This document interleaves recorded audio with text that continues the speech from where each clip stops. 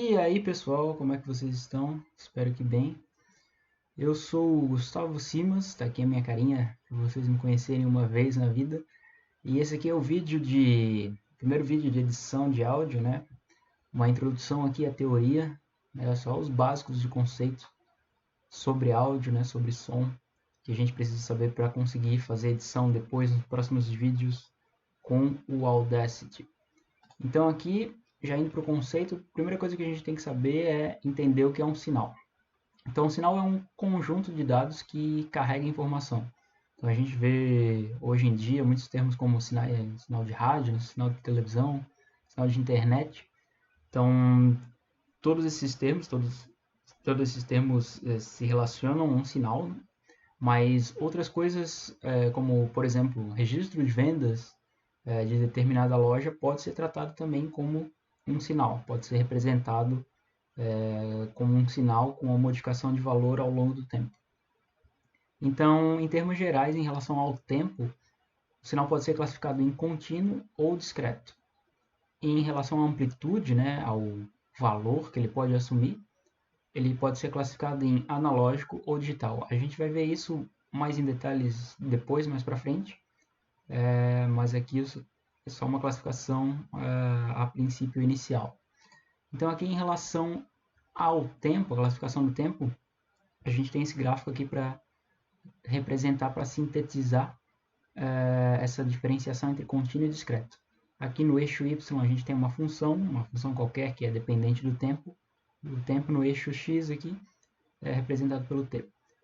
Então, um sinal contínuo, como o próprio nome já diz, representado aqui em cinza, ele é contínuo no tempo e ele não tem nenhuma descontinuidade, ou seja, ele não tem nenhum intervalo, nenhum valor de tempo que não exista um valor de amplitude para ele.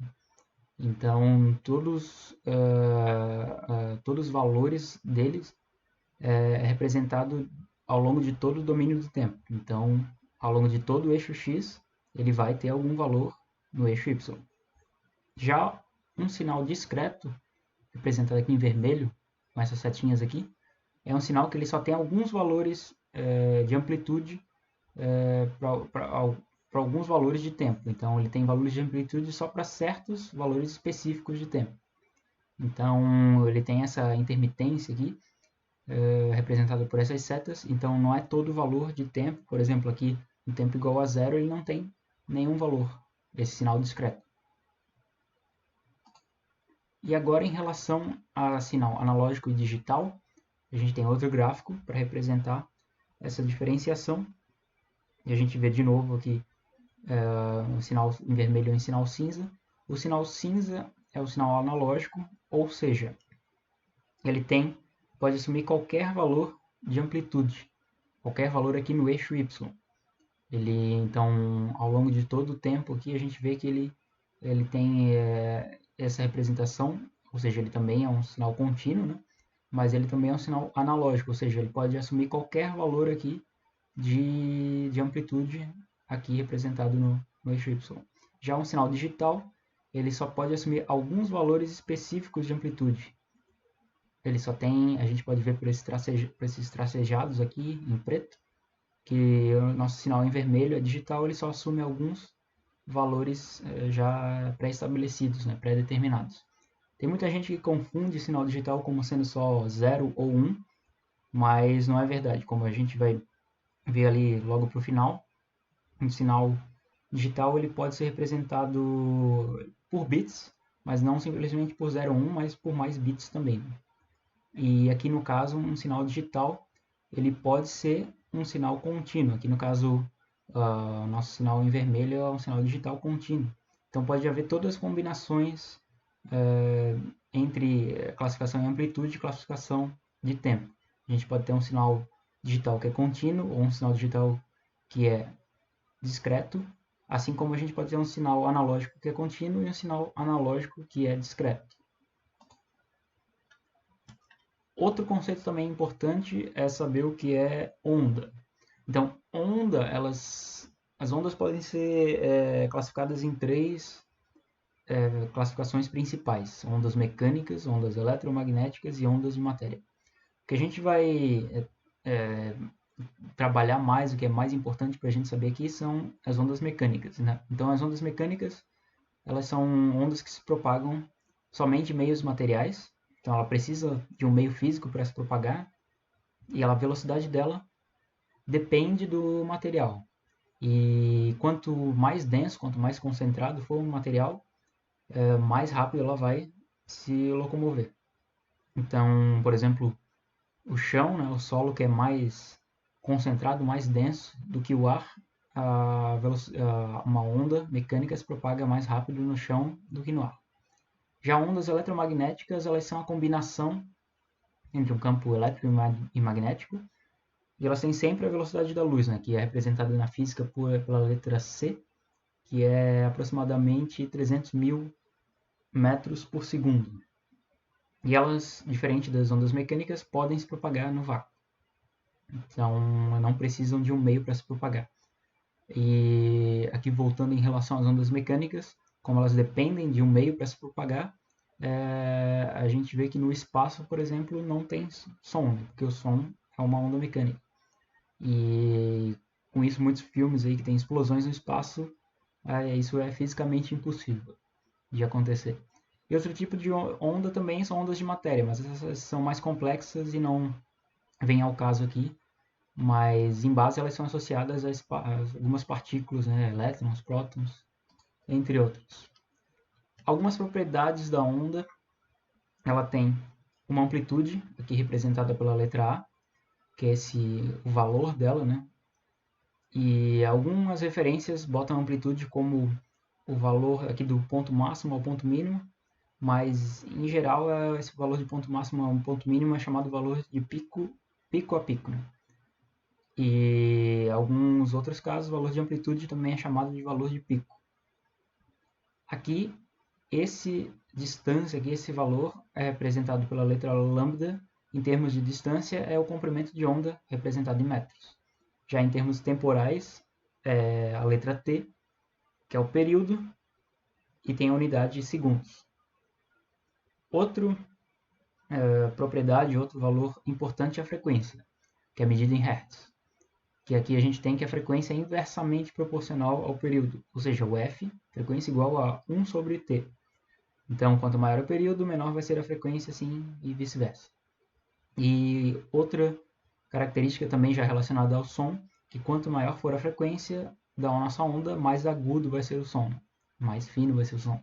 E quanto menor a frequência, mais grave, né? Mais grosso. E o som é então uma vibração, né? Uma perturbação no meio físico, é uma onda mecânica, e ele é originalmente, né, na natureza, naturalmente é um som contínuo e analógico. Outra curiosidade aqui é que os seres humanos, nossa audição, a gente escuta de 20 Hz até 20 mil Hz. Algumas pessoas, né, em geral, não conseguem escutar até esse valor, né? É um pouco abaixo. Até tem alguns testes online que é possível fazer para identificar até que ponto a gente consegue ouvir. E acima dos 20 mil Hz, acima desses 20 kHz, a gente chama de ultrassom, e abaixo dos 20 Hz a gente chama de infrassom. Outras propriedades, outras curiosidades aqui interessantes é que a faixa de frequência da nossa voz ela vai de 87 Hz até 870 Hz. Um elemento importante para saber é o ruído, que ele é um sinal indesejável que se aplica, se soma, né? Pode se somar ao nosso sinal principal. Então, tem um valor, uma propriedade que a gente pode identificar quanto que o nosso sinal principal está acima do nosso ruído, que é chamada de razão sinal-ruído, né? Relação sinal-ruído. Em inglês é chamada de Signal to Noise Ratio, que daí tem a sigla SNR. Então, quanto maior for a SNR, maior é o valor do nosso sinal sobre o ruído. E outra propriedade aqui, a gente tem um timbre, que ele é basicamente a característica que faz a gente conseguir distinguir o som de um instrumento de outro, né? Distinguir o som de uma voz de outra, que ele é dado pela forma de onda, né? Então é a forma da nossa onda, a forma do sinal que vai definir o timbre. Eco é um fenômeno que acontece devido à reflexão do som em uma superfície plana, que não absorve totalmente a energia acústica, né? Não absorve totalmente a onda que bate nessa superfície, então acontece um rebatimento e depois a gente acaba escutando essa onda rebatida com um certo atraso, um certo delay, e isso é chamado de eco. Já a reverberação é a reflexão do som que é proveniente de diferentes direções. Então, se a gente estiver numa câmara fechada e emitir um som dentro dessa câmara, vai ocorrer o fenômeno da reverberação rebatendo a onda em várias das paredes dessa câmara. E aqui, em final, a gente vê que o áudio digital ele é um sinal digital e discreto. É o sinal que a gente vai tratar na edição. E para fazer o processo de conversão desde a onda mecânica, né, natural, que a gente escuta até o sinal digital, a gente passa pelas etapas de amostragem, de quantização e de codificação. A amostragem ele é o processo que vai pegar só em alguns pontos, só alguns valores de tempo vai pegar o valor de amplitude dessa onda. Então é uma conversão de um sinal contínuo em um sinal discreto. Um sinal que ele é contínuo, que é representado ao longo de todo o domínio do tempo, ele vai passar representado só em alguns valores de tempo. Isso é a amostragem. A amostragem, em inglês, é chamada sampling. É por isso, né, que daí vem o nome sample, né, que é a amostra. E, então, com isso, e quanto maior for a frequência de amostragem, que é uma característica para conseguir fazer esse processo, maior vai ser a qualidade do nosso som. Né? Então a gente tem alguns parâmetros hoje em dia para classificação de qualidade de frequência, dependendo da frequência de amostragem. Um dos principais é qualidade de CD, por exemplo, que é em torno de 44.1 kHz, que já é uma qualidade boa para que a gente consegue escutar um som que seja um pouco mais fiel ao som original, ao sinal original. Quantização é um outro processo, depois da amostragem, que ele serve para fazer a conversão de sinal analógico em um sinal digital. Então a gente tem um sinal analógico aqui em cinza no fundo e o sinal digital em vermelho, e a quantização é pegar esse sinal cinza e botar ele só para determinados valores específicos de amplitude, né, no eixo Y aqui. Então a gente vê que esse processo é fazer a conversão de sinal analógico em sinal digital. Mas também esse processo tem alguns erros, né, durante o processo de quantização. A gente pode ver que, por exemplo, a quantização desse valor aqui, ó, em cinza, ele vai ser determinada para algum valor mais próximo dentre as faixas. Né? Então, ele, em vez de ser esse valor aqui, exatamente, né, no eixo Y, ele vai ser esse valor aqui já pré-estabelecido, tracejado em preto. Então tem alguns certos erros de quantização, mas dependendo da faixa, dependendo das características da quantização, a gente consegue fazer um processo, uma conversão bem fiel também.